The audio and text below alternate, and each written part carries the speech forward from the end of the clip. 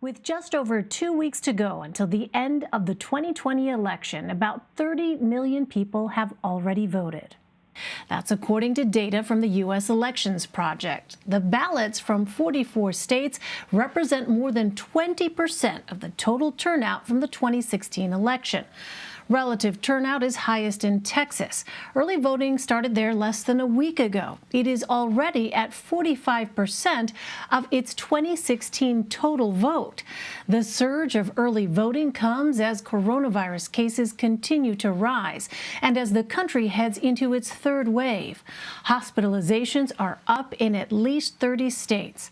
President Trump is continuing to play down the threat of COVID-19, instead focusing on trying to keep businesses open to aid the struggling economy. Confronted with slipping poll numbers nationally, the president is campaigning in states that had been considered solidly Republican, including Arizona. At a rally in Nevada Sunday, he attacked Joe Biden for listening to experts' advice.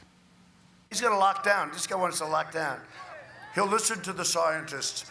If I listened totally to the scientists, we would right now have a country that would be in a massive depression. Instead of, we're like a rocket ship. Take a look at the numbers. This election is a choice between a Trump super recovery, which we're in right now, or a Biden depression.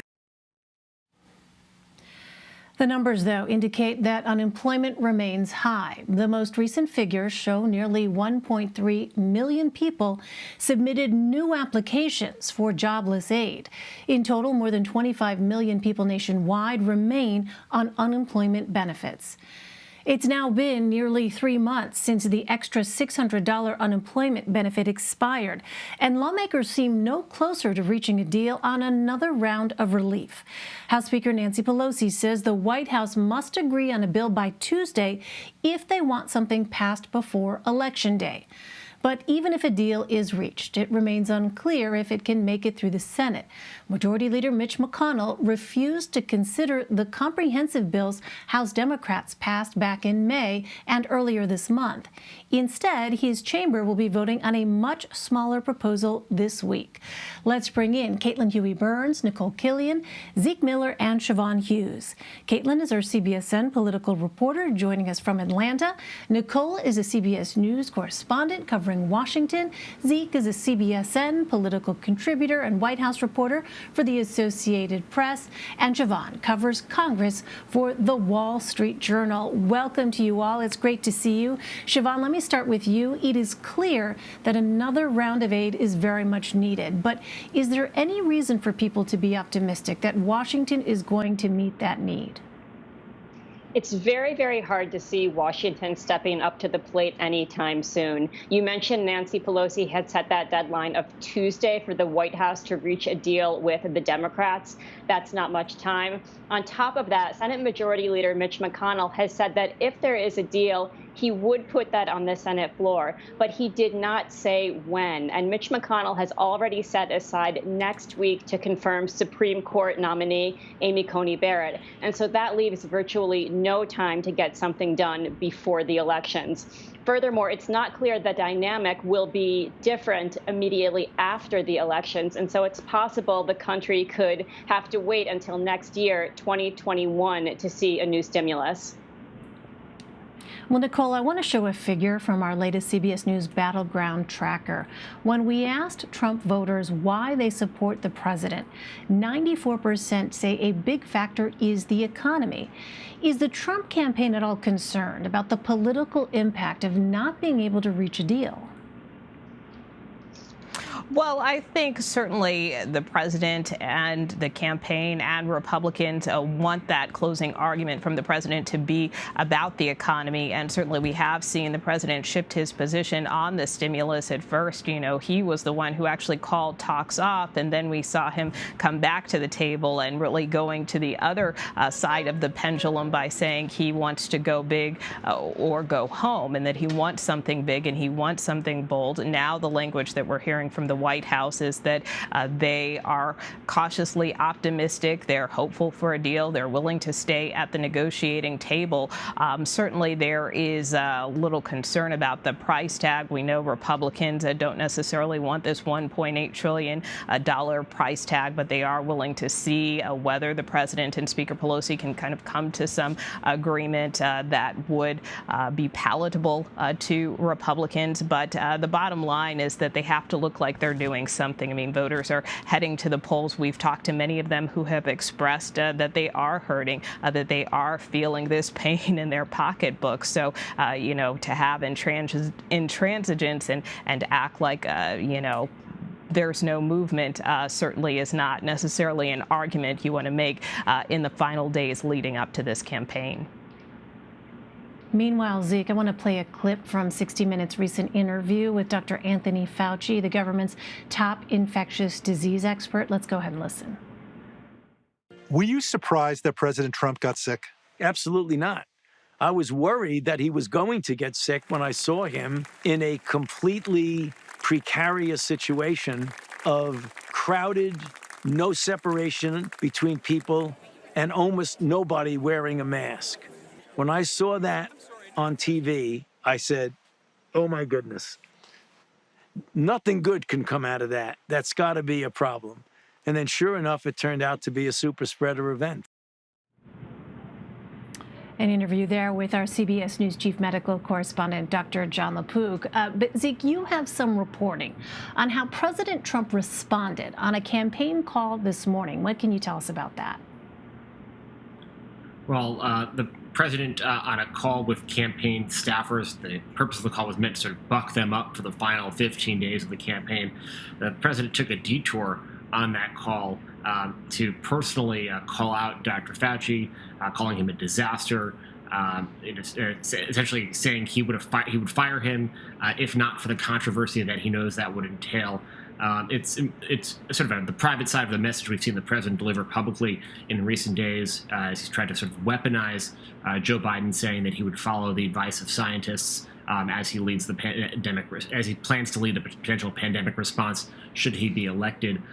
It's interesting to see the president go after Dr. Fauci. He is this beloved figure within the nation's medical community. He's beloved on both sides of the aisle. We've seen some Republican lawmakers come out and defend Dr. Fauci, and you look no further than the president's own campaign ad featuring Dr. Fauci.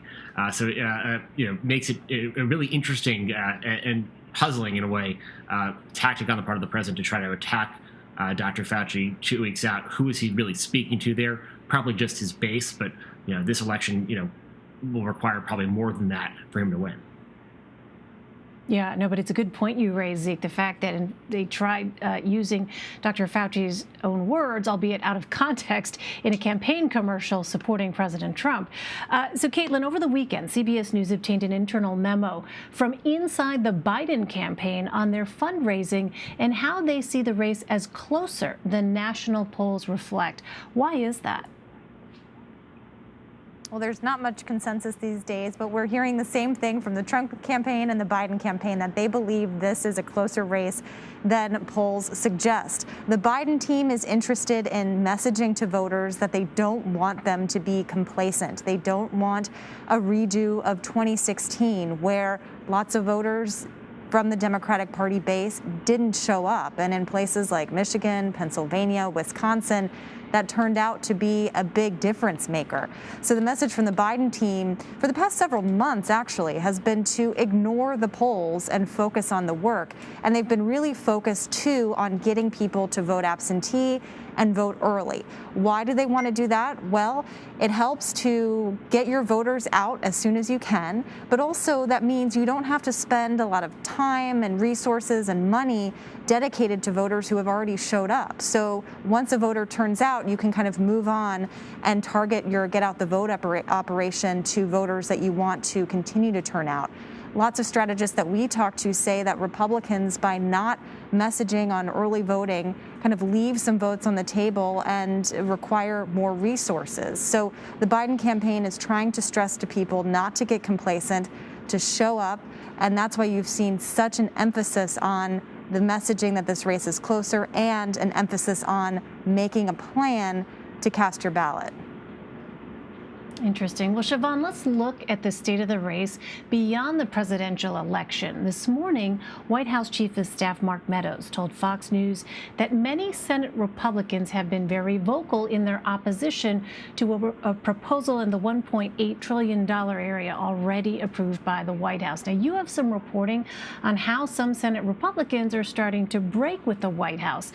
What have you learned? So Senate Republicans like Ben Sasse and even John Cornyn, who for a long time was the #2 Senate Republican, are being much more overt in their separation from President Trump than we've seen for years. Ben Sasse, in a conference call with thousands of constituents, as something that he could be pretty sure was going to leak, said Trump did things like spent like a drunken sailor, talked about evangelicals behind their backs, was disparaging of women, really directing criticism at him. John Cornyn over the weekend in an interview with the Fort Worth newspaper said that his relationship with Donald Trump was a little bit like a woman who gets married thinking her spouse is going to change, and that hasn't worked out so well. A big thing here, there are a couple of things at play. Number one, there are some Republican senators up for re-election who are outperforming Donald Trump. That would be someone like Susan Collins, even John Cornyn himself doing a lot better in Texas than Donald Trump is. Number two, the incentives here are different. Someone like Ted Cruz, for example, is looking ahead to perhaps a 2024 when he may want to run for the presidency, and he can't be in a position, if he wants to appeal to that fiscal conservative base, of saying that he supported a big fiscal stimulus package. And so his interest and the interest of other conservatives is not the here and now, it is the future, and that is affecting the current negotiations. Interesting. Meantime, Nikole, the Trump campaign is pushing back on the topics and format for Thursday's debate. What are the issues the campaign is raising? Well, the campaign continues to accuse the debate commission of moving the goalpost. And so their argument is that this third debate traditionally has been about foreign policy, and instead it will now cover other topics, including COVID, race in America, national security. And so it argues, while those are very serious topics, that a lot of them did get covered in the first debate. And two, I mean, I think you have to look at the fact that this has been completely unorthodox. You know, we had the first debate in Cleveland. Obviously, the second debate was off when the commission tried to make it a virtual debate, and then the president was the one who said he wasn't going to do it. And so, again, we don't know the factors into why there may have been that change there, but certainly there was a missed opportunity for the debate process to proceed as it normally would. And even though we had the town halls last week, they certainly weren't a replacement for the sanctioned debates, if you will. So at this point, we have not heard a response from the debate commission. If they will alter the subjects, my guess is they probably won't. As of now, both campaigns say their candidates will be there come Thursday. I will as well. So stay tuned. All right, can't wait. And finally, Zeke, how much time is the president going to be spending at the White House versus the campaign trail in the next couple of weeks? We are told the president is going to be on the campaign trail pretty much every day between now and Election Day. Actually, in fact, every single day between now and Election Day, holding 2-3 campaign events on a lot of days, maybe more as he gets to the final closing days. Obviously, the White House will say that the Air Force One is a flying White House. He can be in contact and do all sorts of governing business from the plane. But right now, for the president at least, task number one seems to be trying to fight for his reelection. All right. Caitlin Huey-Burns, I know you're staying with us for more after the break, but Nikole Killion, Zeke Miller, and Siobhan Hughes, thank you all very much.